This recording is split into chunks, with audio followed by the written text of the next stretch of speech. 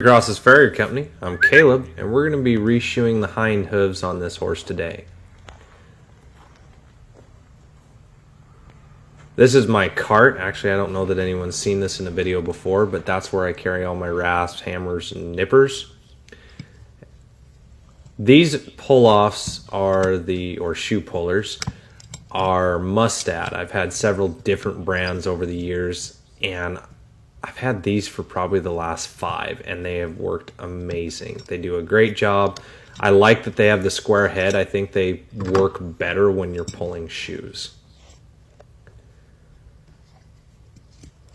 Just before I came up to do this horse, we probably hadn't had rain for a couple of months, and just before I came up, we got a big old rainstorm. And so you can see the foot where it looks wet and it looks a little flaky. That's because all the callus that this horse has had over the summer, over the dry months, when it gets wet, it begins to exfoliate.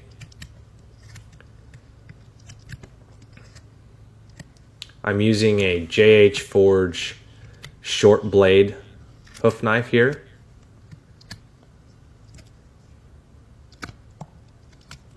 Just cleaning up the commissures, shaping them up a little bit and getting rid of that extra hoof that's grown over the top of them and is helping trap dirt in the commissure. The commissure is the portion between the frog and the sole.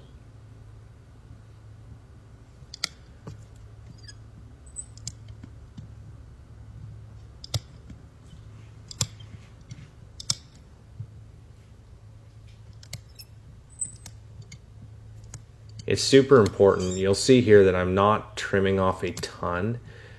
This horse is on a 6 to 7 week cycle, which is where I like most of my horses to be. Some are a little shorter, some are a little longer. It really depends on their growth. You can also see here a little bit of distortion in the toe. So if you look at the laminae wall, or the laminae right here, and then you look at the hoof wall, which is the outer portion of the hoof, the distortion is where you can see that that hoof wall is wider than at some other point in the hoof. So you'll see that the toe is a little wider. One of the things that I'm changing is I need to rasp the hoof before I nail up the shoe, so I need to finish the outside of the hoof, and it nails up much better.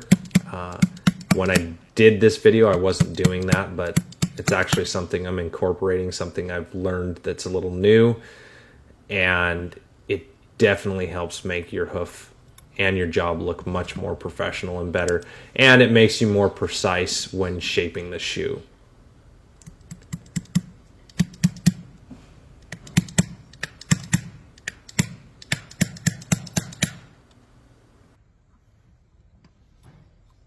And see that that toe is overhanging the shoe just a little bit. It's not a super big problem, and we'll rasp it and fix it, but it would have been better had I swung the foot forward first, then and rasped it, and then nailed the shoe on. You can also see that I missed a little bit right there in the lateral quarter, heel quarter. In a lot of these videos, I critique myself as much as anyone. I can watch these videos and see what I would change, what I would do different. We're constantly learning in this industry, and every shoe that you're doing should be, you should strive to have that shoe better than your last one, and make it look good and make it more functional and fit the horse better and help that horse and support his entire foot better than the last one.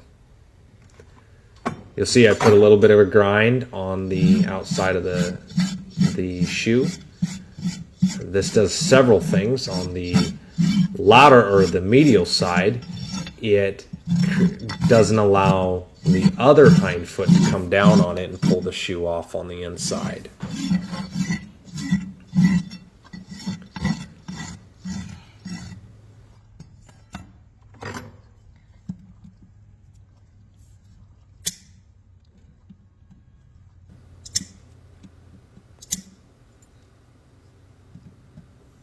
The reason I'm doing this is I'm trying to square those clinches so that when I bend them down, they look nice and square.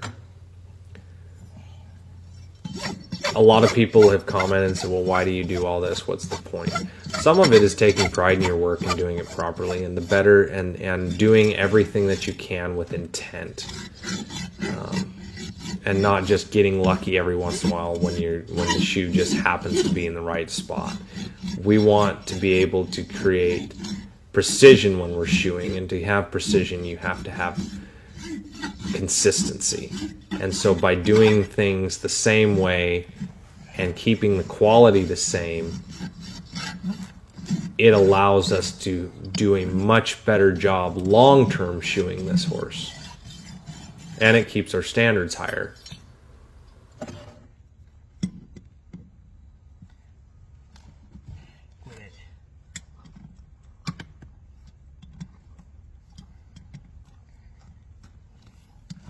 Quit it.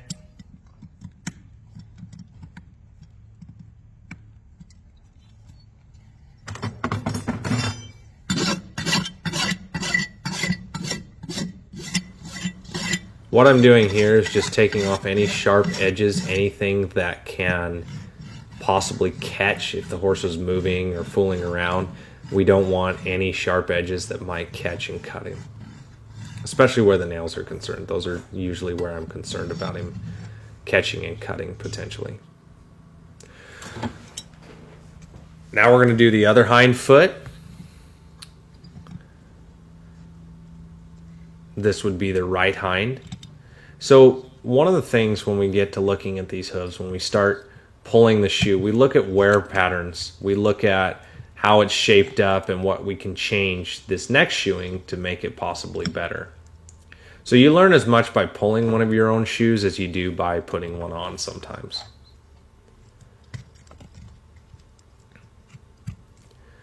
Now I'd like you to note, if you look, you'll see that frog hanging out the back. It looks all kind of wonky. Again, we got moisture, and about twice a year, the sole and the frog slough or exfoliate, and mostly caused by moisture because it's been hard all summer. It's hard, it's a callus, and when it gets wet, it begins to peel.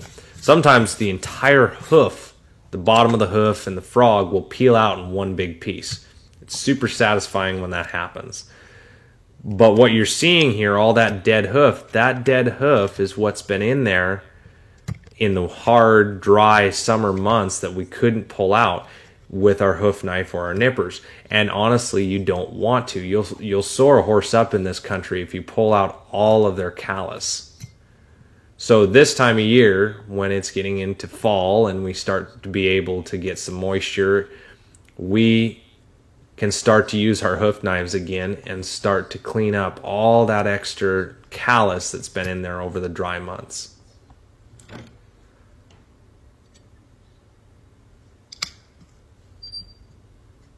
Again, run your nippers.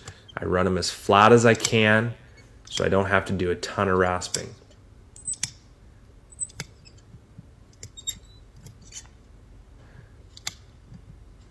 Now, one of the things that's interesting, folks will ask, well, why do they grow so much more toe than, say, heel?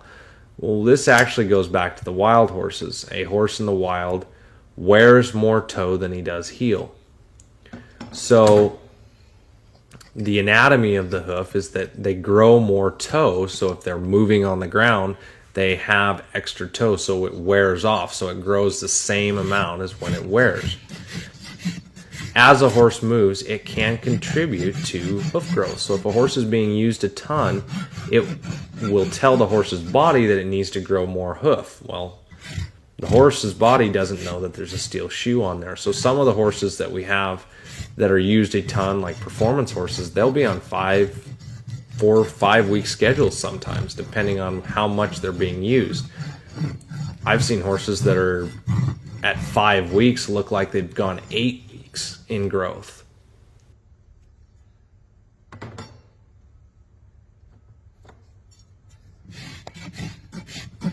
You'll notice the distortion. That's what I was addressing there by running my rasp around the outside of the foot. I could have gotten a little bit more after it. You'll see right there where I'm rasping on the heel, there's a little hook, and I should have softened that hook a little bit more. And I've got a little bit too much distortion right there in the lateral toe quarter. But overall, it's pretty good. And I have to say, I've been learning a ton about this, and it's starting to make me look at the hoof a little different. And super awesome, and been helping me understand both hoof anatomy and just shaping shoes better. And I cannot say enough about continued education when you're shoeing. If you're the smartest person in the room, you are in the wrong room. You should be in a room learning constantly, or going out with your peers and learning from them as well. You'll notice that I angle the nails differently. The nails at the back of the shoe will tend to be angled less, so more straight up and down. And as I come towards the front of the foot, the nails begin to angle more towards the inside of the hoof. And this is so that we match the hoof wall.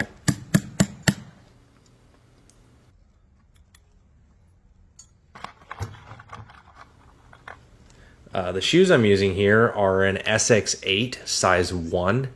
I like the SX8, especially for a horse like this. This is a horse that's doing breakaway roping. They give you a little bit more slide than, say, a rim shoe. And they also have a little bit more material in them than, say, like an SX7 or a Kegger or any of your other brands out there. The only other ones that I would say that are a little bit even better than these would be Cons. And I really am starting to fall in love with the Cons. I just started using them the other day. They're a brand of shoe, and I love them. They work really well. This is blocking. This kind of seats your nails. Also sets the clinch, or the portion of the nail that is sticking out of the hoof, at a 90-degree angle. Again, using my nail cutters to square those clinches. You can see that I put a little 45-degree grind all the way around the shoe. This does a couple of different things. One of the most important things it does is it does not allow the other foot, it doesn't have a sharp edge for the other foot to come down on, especially on the medial or inside of the hoof.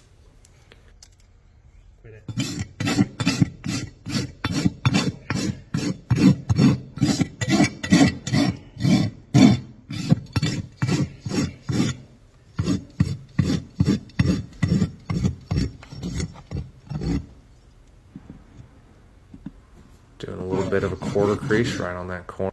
This horse has really good feet, and one of the reasons for that is he's on a 6 to 7 week cycle. He's being done regularly, on time, and we don't allow him to get really overgrown and wonky. The other thing is he has really good conformation, good bone structure, and he has a good size foot. These traits are sometimes forgotten in the horse world, and there's an old saying, no hoof, no horse.